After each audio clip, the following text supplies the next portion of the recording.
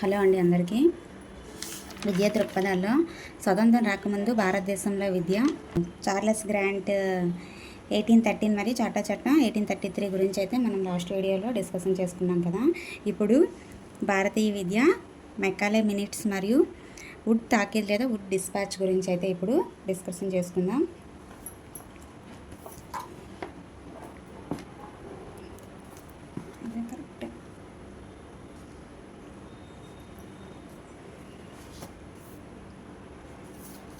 Okay,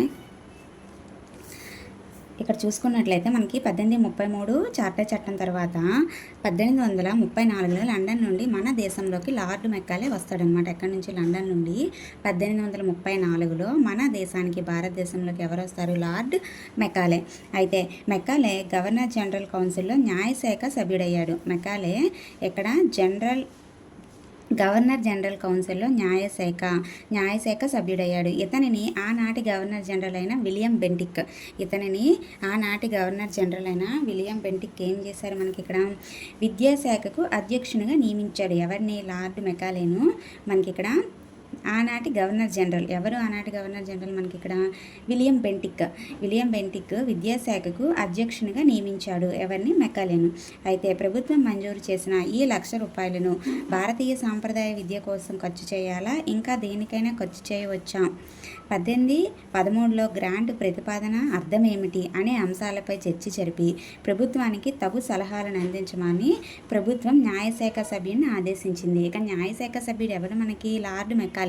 ఈ మెకాలేని మనకి ఇక్కడ ప్రభుత్వం అయితే ఆదేశించిందంట. ఏమని ఆదేశించింది? ప్రభుత్వం మంజూరు చేసిన ఈ ₹1,00,000 భారతీయ సాంప్రదాయ విద్య కోసం ఖర్చు చేయాలా, ఇంకా దేనికైనా ఖర్చు చేయవచ్చా, 1813లో గ్రాంట్ ప్రతిపాదన ఈ అర్థం ఏమిటి అనే అంశాలపై చర్చ జరిపి ప్రభుత్వానికి తగు సలహాలను అందించాలని ప్రభుత్వం న్యాయశాఖ సభ్యుడిని ఆదేశించిందనమాట. మనమైతే ఈ రెండు డిస్కషన్ చేసుకున్న తర్వాత వీటికి సంబంధించిన ప్రాక్టీస్ బిట్లు కూడా వీడియో లాస్ట్లో చేద్దాము. అయితే ఇక్కడ న్యాయశాఖ సభ్యుడిని అయితే ఆదేశించిందనమాట. ఎవరు న్యాయశాఖ సభ్యుడు? ఇక్కడ లార్డ్ మెకాలే. కానీ న్యాయశాఖ సభ్యుడైన మెకాలే ఈ చర్యలలో దేనిలోనూ కూడా పాల్గొలేదు. న్యాయశాఖ సభ్యుడైన మెకాలే ఈ చర్యల్లో దేనిలో కూడా పాల్గొనలేదన్నమాట. అయితే భారత ప్రభుత్వ విధాన రూపకల్పనలోనూ భాగస్వామి కాలేదు.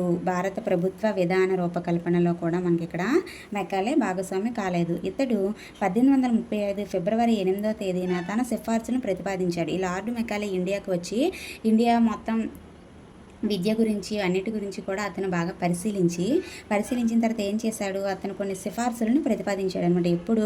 1835. ఈ డేట్ గుర్తుపెట్టుకోవాలి. 1835 ఫిబ్రవరి 8వ తేదీన 1835 ఫిబ్రవరి 8 తేదీన తన సిఫార్సులను ప్రతిపాదించాడు. ఇతడు భారతదేశం గురించి, భారతీయ విద్యా సాంప్రదాయాలు, ప్రజల గురించి అత్యంత అవమానకరంగా మాట్లాడాడంట. ఎవడు? ఈ మెకాలే. దేని గురించి? భారతదేశం గురించి, భారతీయ విద్యా సాంప్రదాయాలు, ప్రజల గురించి అత్యంత అవమానకరంగా మాట్లాడినాడు. భారతదేశంలో ఆంగ్ల విద్యను, ఆంగ్ల మాధ్యమాన్నే బ్రిటిష్ ప్రభుత్వం అమలు చేయాలని సూచించాడు. భారతదేశంలో మనకి జాతీయ విద్య కాకుండా భారతదేశంలో ఆంగ్ల విద్యను, ఆంగ్ల విద్యా మాధ్యమాన్ని మనకి ఇక్కడ బ్రిటిష్ ప్రభుత్వం అమలు చేయాలని సూచించాడు. అయితే భారతీయ భాషలు అసంపూర్ణమైనవని, అసమర్థమైనవని, వీటిలో శాస్త్రీయ పదజాలం లేదు అని మనకి ఇక్కడ ఎవరన్నారు? మెకాలే అనమాట. మొత్తం కూడా మనకి భారతదేశం గురించి అవమానకరంగా మాట్లాడతాడనమాట ఈ మెకాలే. అయితే ముఖ్యమైన గ్రంథాలేవి భారతీయ భాషలోకి అనువదింపబడలేదు. మంచి ఐరోపా గ్రంథాలయంలోని ఒక పుస్తకాల అర భారతదేశ అరేబియా దేశాల మొత్తం సాహిత్యం కంటే గొప్పది అని భారతదేశం గురించి అవమానకరంగా ప్రకటన చేశాడు. ఇది చాలా ఇంపార్టెంట్, ఇది గుర్తుపెట్టుకోవాలి. ఏంటంటే మంచి ఐరోపా గ్రంథాలయంలోని ఒక పుస్తకాల అరంట భారతదేశ అరేబియా దేశాల మొత్తం సాహిత్యం కంటే గొప్పదంట అని భారతదేశం గురించి అవమానకరంగా మాట్లాడిన వ్యక్తి ఎవరు అనేసి మనకి ఇక్కడ ఇస్తాడనమాట. ఎవరు? మెకాలే అనమాట. నెక్స్ట్ ఏం ప్రతిపాదన చేశాడంటే ఇతను ఆంగ్ల విద్య ద్వారా ఆంగ్ల విద్య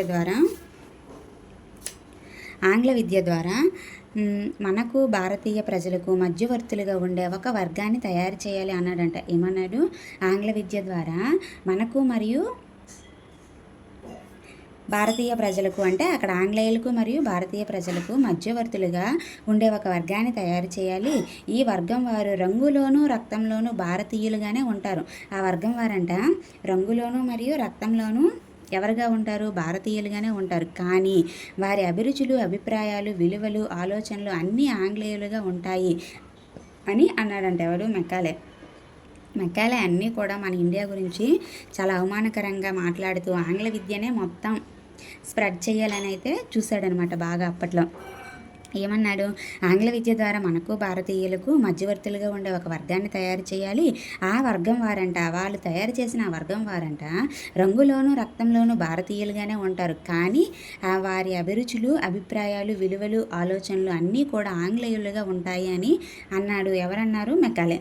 ఆంగ్ల విద్య ప్రావీణులైన పెద్ద మనుషుల వర్గాన్ని తయారు చేయడం ఆయన ఉద్దేశ్యం.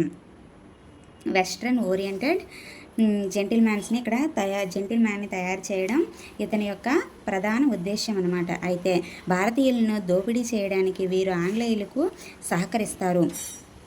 వీళ్ళు ఎవరైతే ఇప్పుడు మన ఇండియాలో ఆంగ్ల విద్యను నేర్చుకుంటున్నా అందులో ప్రావీణులైన పెద్ద మనుషుల వర్గాన్ని తయారు చేయాలి అనేది ఆయన యొక్క ఉద్దేశం అనమాట. వీరు ఏం చేస్తారు? భారతీయులను దోపిడీ చేయడానికి వీరు ఆంగ్లేయులకు సహకరిస్తారు. వాళ్ళు పెద్ద మనుషులను తయారు చేస్తారు కదా, ఇంగ్లీష్లో ప్రావీణులైన వారిని తయారు చేసి వాళ్ళంట భారతీయులను దోపిడీ చేయడానికి వీరు ఆంగ్లేయులకు సహకరిస్తారు. ఇండియాలో చదువుకున్న వాళ్ళు ఇండియా వల్ల మనకి ఇక్కడ ఆంగ్లేయులకు సహకరించేటట్లు తయారు చేయాలి, ఒక వర్గాన్ని తయారు చేయాలి అని చెప్పైతే మనకి ఇక్కడ మెకాలే ఉద్దేశం అనమాట.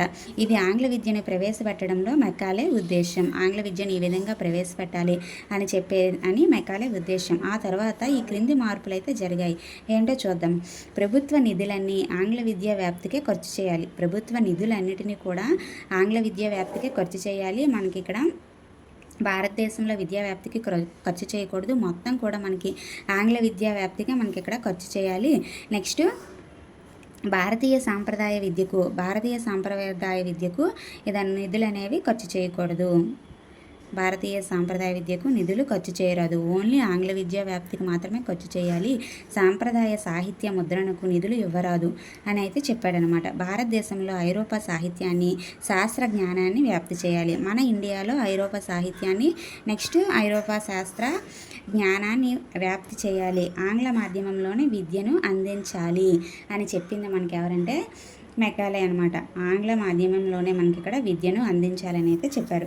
ఇది చూడండి, ఫస్ట్ మనము చూసుకుందాం మెకాలే మినిట్స్.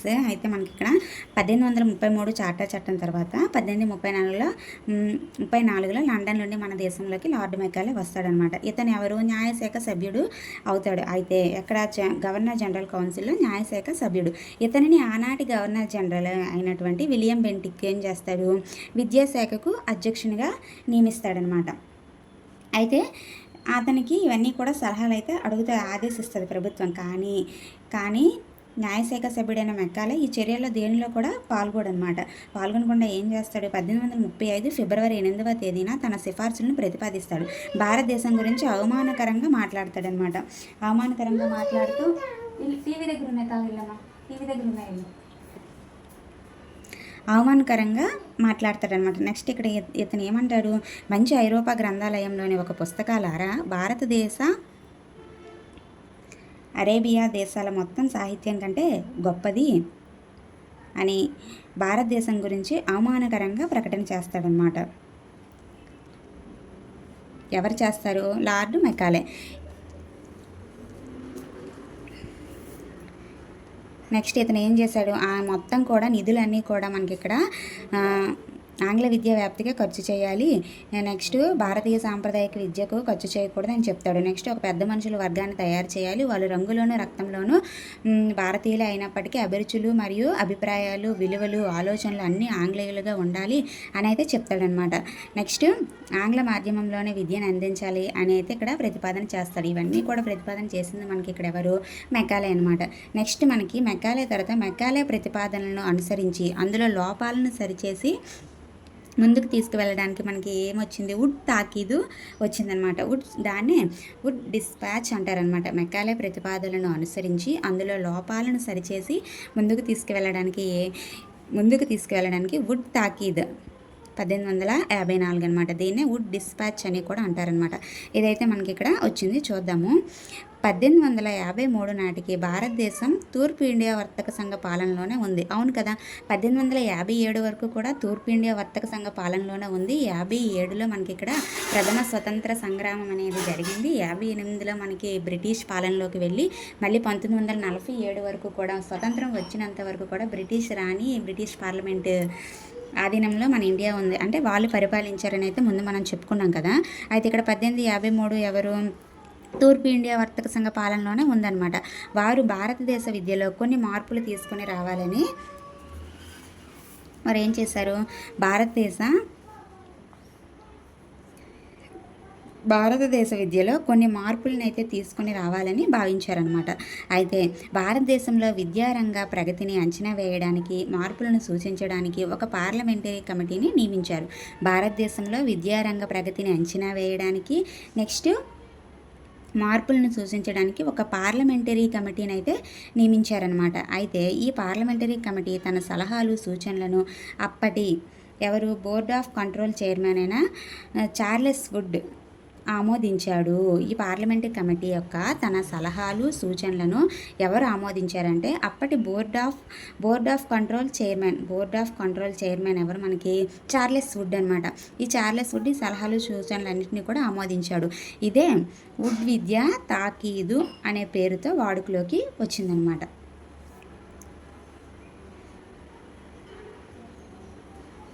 అర్థమైంది. ఇక్కడ 1853 నాటికి భారతదేశం తూర్పు ఇండియా వర్తక సంఘ పాలనలోనే ఉంది కదా. అయితే వారు ఈ తూర్పు ఇండియా వర్తక సంఘ పాలనలో ఉండేటప్పుడు వారు ఏం చేశారు, భారతదేశ విద్యలో కొన్ని మార్పులు తీసుకురావాలని భావించారనమాట.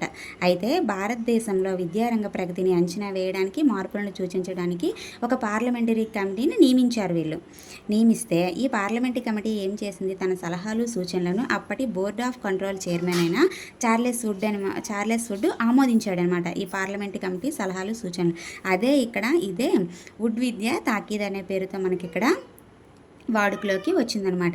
అయితే ఈ వుడ్ తాకీదులో ముఖ్య సిఫార్సులు ఏంటి అనేది మనం ఇక్కడ చూద్దామన్నమాట. వుడ్ తాకీదులో సిఫార్సులు ఏంటి, ఏమేమి ఇచ్చారు సిఫార్సులు అనేవి మనం ఇక్కడ చూద్దాము. ప్రతిదీ కూడా ఇంపార్టెంటే అకాడమిక్ బుక్లోనివి కాబట్టి అన్నీ కూడా మనం కవర్ చేయాలి. భారతదేశంలో విద్యను క్రమబద్ధం చేయాలని ఈ విధానం ప్రతిపాదించింది. వుడ్ తాకీద్ ఏం ప్రతిపాదించిందంట, భారతదేశంలో విద్యను క్రమబద్ధం చేయాలి అనేది ఈ విధానం ప్రతిపాదించింది. పాఠశాల విద్యా వ్యవస్థను పర్యవేక్షించడానికి ప్రతి ప్రావిన్స్లోనూ ఒక విద్యా విభాగం ఏర్పాటు చేయాలి. పాఠశాల విద్యా వ్యవస్థను పర్యవేక్షించడానికి ప్రతి ప్రావిన్స్లో కూడా ఒక విద్యా విభాగం ఏర్పాటు చేయబడుతుంది. ఈ ప్రాంతీయ స్థాయి అధికారిని ప్రభుత్వ విద్యా సంచాలకులుగా వ్యవహరిస్తారు. ఆ ప్రాంతీయ స్థాయిలో ఉన్న అధికారే మనకి అక్కడ ప్రభుత్వ విద్యా సంచాలకులుగా వ్యవహరిస్తారనమాట. డైరెక్టర్ ఆఫ్ పబ్లిక్ ఇన్స్ట్రక్షన్ అయితే ఇక్కడ ఎవరు వ్యవహరిస్తారు, ఆ ప్రాంతీయ స్థాయి అధికారే మనకి ఇక్కడ ప్రభుత్వ విద్యా సంచాలకులుగా వ్యవహరిస్తారు. ఇతన్ని సహకరించడానికి ఈ విద్యా సంచాలకులకి మనకి ఇక్కడ సహకరించడానికి క్రింది స్థాయిలో ఉప విద్యా శాఖ అధికారి, పాఠశాల పర్యవేక్షకులు, పాఠశాల ఉప పర్యవేక్షకులు ఉంటారనమాట. ఇతన్ని సహకరించడానికి ఎవరెవరు ఉంటారు, క్రింది స్థాయిలో ఉప విద్యా శాఖ అధికారి మరియు పాఠశాల పర్యవేక్షకులు, పాఠశాల ఉప పర్యవేక్షకులు మనకి ఇక్కడ ఉంటారు. అయితే బోధనా మాధ్యమంగా ఆంగ్ల భాషే ఉంటుంది. బోధనా మాధ్యమంగా ఏ భాష ఉంటుంది, ఇక్కడ ఇంపార్టెంట్ ఏ భాష ఉంటుందంటే మనకి ఇక్కడ ఆంగ్ల భాషే ఉంటుంది. పాశ్చాత్య విద్యతో పాటు సంస్కృతం, అరబిక్, పర్షియన్ భాషల బోధనకు అనుమతి ఇవ్వబడింది. ఇక్కడ పాశ్చాత్య విద్యతో పాటు ఏ భాషలకు, సంస్కృతం, అరబిక్, పర్షియన్ భాషల బోధనకు అనుమతి అనేది మనకి ఇక్కడ ఇవ్వబడింది అనమాట. విద్యా సంస్థలను విశ్వవిద్యాలయాలు, కళాశాలలు, ఉన్నత పాఠశాలలు, మాధ్యమిక పాఠశాలలు, ప్రాథమిక పాఠశాలలుగా వర్గీకరించారు. ఇక్కడ విద్యా సంస్థలను ఎలా వర్గీకరించారంటే అప్పట్లో విశ్వవిద్యాలయాలుగాను, కళాశాలలుగాను పాఠశాలలు, ఉన్నత పాఠశాలలు, మాధ్యమిక పాఠశాలలు, ప్రాథమిక పాఠశాలలుగా వర్గీకరించారు. అయితే ప్రాథమిక, మాధ్యమిక, ఉన్నత స్థాయి పాఠశాల సంఖ్యను పెంచాలని, విద్యార్థులకు ఉపకార వేతనాలు, ఇతర సదుపాయాలను ఏర్పాటు చేయాలని సూచించారు.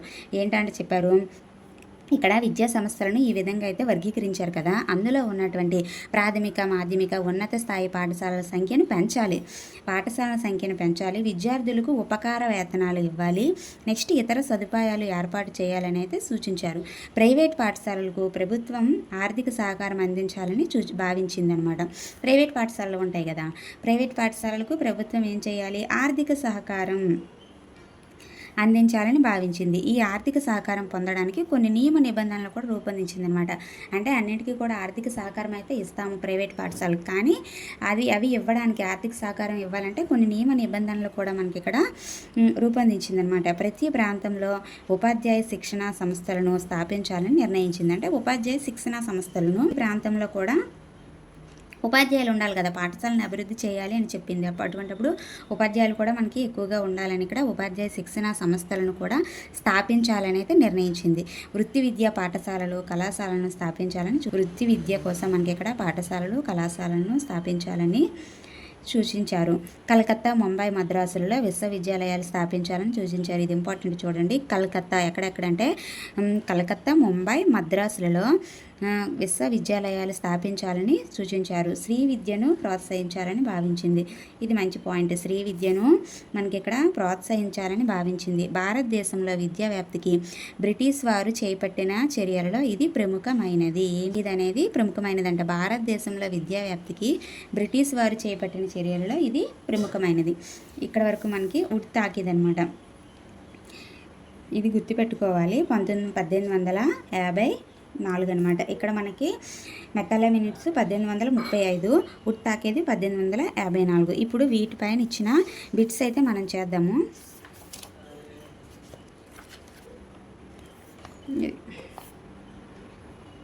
Practice bits. ఇప్పుడు మనం చదువుకున్న పొద్దున్న ఒక చెప్పిన క్లాస్లో కూడా ఒక బిట్ అయితే ఇక్కడ ఉంది, ఇది కూడా చేద్దాము. అంటే స్వతంత్ర పూర్వ విద్యలో మనకి ఇక్కడ పూర్వ విద్య గురించి, నెక్స్ట్ పూర్వ విద్యలో 1813 మరియు 1833 చట్టాల గురించి అయితే మనం చూసుకున్నాం కదా. వాటిలో మనకి ఇక్కడ భారతదేశంలో జాతీయ విద్యను పెంపొందించాలని భావించింది ఎవరు అని అయితే మనకి ఇక్కడ ఇచ్చాడు. ఆప్షన్స్ చూసుకున్నట్లయితే దయానంద సరస్వతి, అరవింద్ ఘోష్, బాలగంగాధర్ తిలక్, స్వామి వివేకానంద. అయితే ఇక్కడ మనం చూసాము భారతదేశంలో జాతీయ విద్యను పెంపొందించాలి, ఎవరు అందులో ప్రముఖులు అనేసి 4 వ్యక్తులను అయితే ఇచ్చారు. అది గుర్తుపెట్టుకోవాలని. వీళ్ళు 4 కూడా ఉంటారు. దయానంద సరస్వతి, అరవింద్ ఘోష్, బాలగంగాధర్ తిలక్, స్వామి వివేకానంద. కాబట్టి ఆప్షన్ మనకి ఇక్కడ అన్నీ వస్తుంది అనమాట. వీళ్ళు 4 కూడా ఉంటారు. మన ఆంధ్రాలో మచిలీపట్నంలో కూడా ఏర్పాటైంది అని అయితే మనం ఇక్కడ చదువుకున్నాం కదా. చూడండి, ఆంధ్రాలో అయితే మచిలీపట్నంలో ఆంధ్ర జాతీయ కళాశాల మొదలైనవి ఈ దశలోనే మనకి ఇక్కడ ఏర్పాటు చేయబడ్డాయి అని అయితే మనం ఇక్కడ చూస్తాం. ఇదిగోండి, స్వామి దయానంద సరస్వతి, అరవింద్ ఘోష్, బాలగంగాధర్ తిలక్, స్వామి వివేకానంద, వీళ్ళందరూ కూడా మొదలైన వారు ముఖ్యులన్నమాట. దీని ప్రభావం ఆంధ్ర ప్రాంతంలో కూడా ఉంది. మచిలీపట్నంలోని ఆంధ్ర జాతీయ కళాశాల మొదలైనవి ఈ దశలోనే ప్రారంభించబడ్డాయి. ఇవన్నీ కూడా మనకి జాతీయ విద్యను కొనసాగించాలి అని చెప్పి మనకి ఇక్కడ జాతీయ నాయకులు కృషి చేశారనమాట. నెక్స్ట్ ఇక్కడ చూసుకున్నట్లయితే భారతీయ భాషలు అసంపూర్ణమైనవి, అసమర్థమైనవి. మంచి ఐరోపా గ్రంథాలయంలోని ఒక పుస్తకాల భారతదేశ, అరేబియా దేశాల మొత్తం సాహిత్యం కంటే గొప్పది అన్న అహంకారపూరిత ప్రకటన చేసింది ఎవరు? Charles would, Charles grant, Hartog,